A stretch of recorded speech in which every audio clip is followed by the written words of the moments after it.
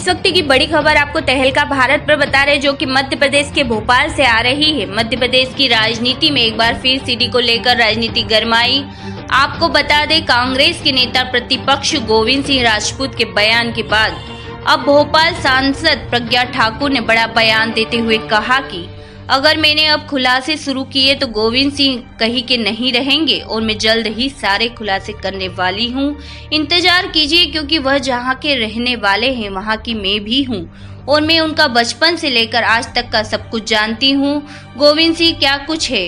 बोलते हुए गोविंद सिंह के बारे में गलत टिप्पणी करने पर पलटवार करते हुए बोली प्रज्ञा ठाकुर, आरएसएस में इस तरह की बात करने के बाद भी हम नहीं रुकेंगे और आरएसएस अपने कर्तव्य निभाते हुए आगे बढ़ते रहेगा। और इसी मामले में कांग्रेस के मीडिया प्रभारी से जब सवाल किया गया तब मिश्रा ने कहा कि प्रज्ञा ठाकुर ने इस प्रकार के बयान पर उन्होंने पलटवार करते हुए कहा कि अगर गोविंद सिंह जी ने सीडी को सार्वजनिक कर दिया तो कईयों के शरीरों से आत्माएं हिल जाएंगी। देखिए पूरी खबर। सीडी है, हम बार बार बोलते हैं, दिखाते नहीं हैं, सिर्फ बोलते हैं। क्या है, गोविंद सिंह हैं, गोविंद सिंह जी राजनीति में हैं, पर उन्हें तकलीफ आरएसएस से है। बहुत बड़ी विडंबना है। उन्हें भाजपा से तकलीफ नहीं हो पाएगी, क्योंकि भाजपा में उस तरह से जवाब दे दिया जाएगा, और उन्हें तकलीफ वहां से है जहां से संस्कार प्राप्त होते हैं, जहां से संस्कार मिलते हैं, जहां से अच्छा काम होता है, जहां राष्ट्रभक्ति होती है, वहां से कांग्रेसियों को तकलीफ है। गोविंद सिंह जी माने क्या?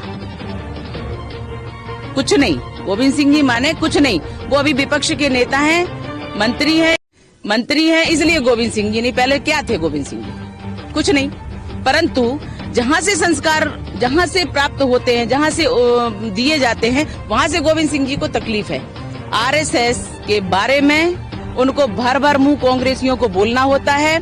अभी मैं एक ही बात कहती हूँ, ज्यादा न कहते हुए, कि अगर गोविंद सिंह जी के पास सीडी है तो वो दिखाएं, और हमारे पास जो सीडियां हैं उनका जो इतिहास है शुरू से मैं बताती हूँ। गोविंद सिंह जी अगर वहाँ टिक जाए एक मिनट भी तो फिर बताओ। मैं सिर्फ कुछ समय का इंतजार कर रही हूँ, कुछ समय की प्रतीक्षा कर रही हूँ, क्योंकि लाहौर के गोविंद सिंह जी हैं और लाहौर की मैं भी हूँ, और मेरे पिताजी बड़े थे, इसलिए पहले हमारे पिताजी हैं, उसके बाद ये कब आए हैं वो मुझे इतिहास मालूम है इनका, तब से लेकर के और लास्ट तक आज तक का। अगर मैंने उनकी कुंडली निकाल दी तो वो कांग्रेस में नहीं, कहीं रहने लायक नहीं बचेंगे। इसलिए मैं कह रही हूँ कि सावधान गोविंद सिंह जी। ऐसे नहीं, पूरे कारनामे काले हैं, और अगर विश्वास ना हो तो मैं जल्दी से ही कर रही हूँ। मैं कुछ समय की प्रतीक्षा कर रही हूँ, और वो इसलिए कर रही हूँ, मैं करूंगी, और बिल्कुल तरीके से करूंगी। और मैं एक बात और कह रही हूँ कि जहां से संस्कार मिलने हैं, जहां राष्ट्रीय स्वयंसेवक संघ कभी भी अपना काम बंद नहीं करेगी। देश को दिशा देता है आरएसएस, संघ देता है, देश को संस्कारित करता है, देश में राष्ट्रभक्ति जगाता है, जन जन का जागरण करता है, और वो करता रहेगा। सेवा का कार्य करता है राष्ट्रीय स्वयंसेवक संघ, वो संगठन करता रहेगा। ऐसे लोगों के बोलने से उन्हें कोई फर्क नहीं पड़ने वाला। लेकिन ये भी सत्य है कि हर देशभक्त तैयार है राष्ट्रीय स्वयंसेवक संघ के विरुद्ध में बोलने वालों को जवाब देने के लिए। और गोविंद सिंह जी, आप प्रतीक्षा करिए, अति शीघ्र आपका इतिहास, काला इतिहास आपके समक्ष नहीं, पूरे देश के समक्ष, पूरे प्रदेश के समक्ष आने वाला है। संभालो अपने आप को। और मैं सिर्फ ऐसा नहीं है, आप लोग कह सकते हैं इस बात को कि अभी तक आप क्यों नहीं बोल रही, तो मैं बोल नहीं रही, मैं सिर्फ तैयारी कर रही हूँ, और आप देखिए अति शीघ्र। जय जय श्री राम, जय जय श्री राम। कुछ आपके पास दस्तावेज हैं, जो भी है, सीडियां जो भी है, लेकिन और भी इकट्ठा कर रही है, इसका मतलब ये है? हाँ, निश्चित रूप से मैं पूरी तैयारी के साथ ही कार्य करूंगी, अधूरा कार्य नहीं करती। वो कार्य कब तक हो पाएगा? जल्द से जल्द अगले साल में, या ये 6 महीने, या अभी तो वो आप देखिए।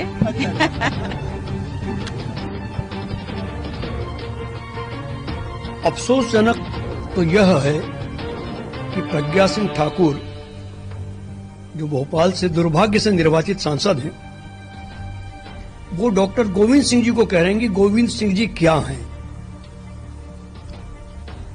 मैं प्रज्ञा ठाकुर जी को निवेदन कर दूं कि वे सांसद अब बनी हैं, जब वो बाल्यकाल में होंगी तब से लेकर आज तक डॉक्टर गोविंद सिंह जी अपराजित योद्धा के रूप में 8वीं बार विधायक चुने गए हैं।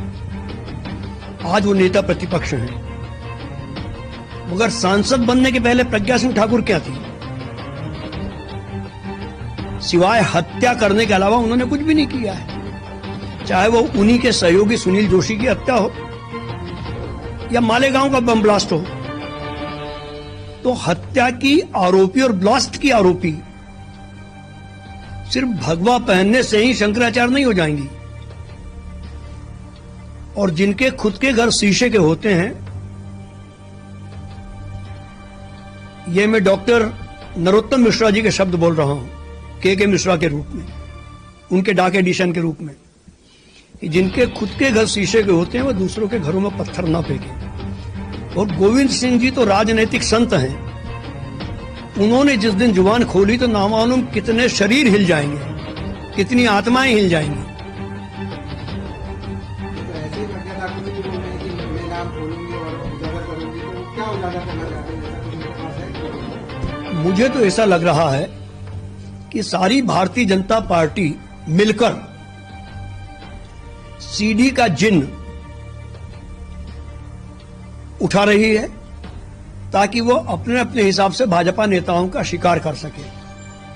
और माननीय कमलनाथ जी ने कल ही सदना में बोला है कि हनी ट्रैप की सीडी को मैंने देखा है और उसमें अधिकांश भारतीय जनता पार्टी के नेता हैं। तो शायद जिन नेताओं को उजागर करना चाह रही है भारतीय जनता पार्टी, उन्हीं के स्वर में अपना स्वर भी प्रज्ञा सिंह ठाकुर मिला रही है।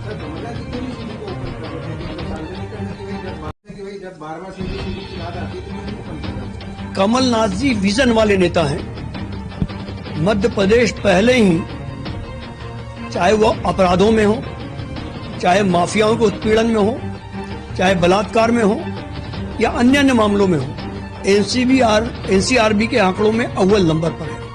वो नहीं चाहते हैं कि मध्य प्रदेश की तस्वीर पर कालिख पुते, मगर भारतीय जनता पार्टी इंटरेस्टेड है तो किसी दिन कमलनाथ जी भी गुस्से में आकर सीडी जारी कर देंगे तो ये लोग आधी बीजेपी खाली हो जाएगी।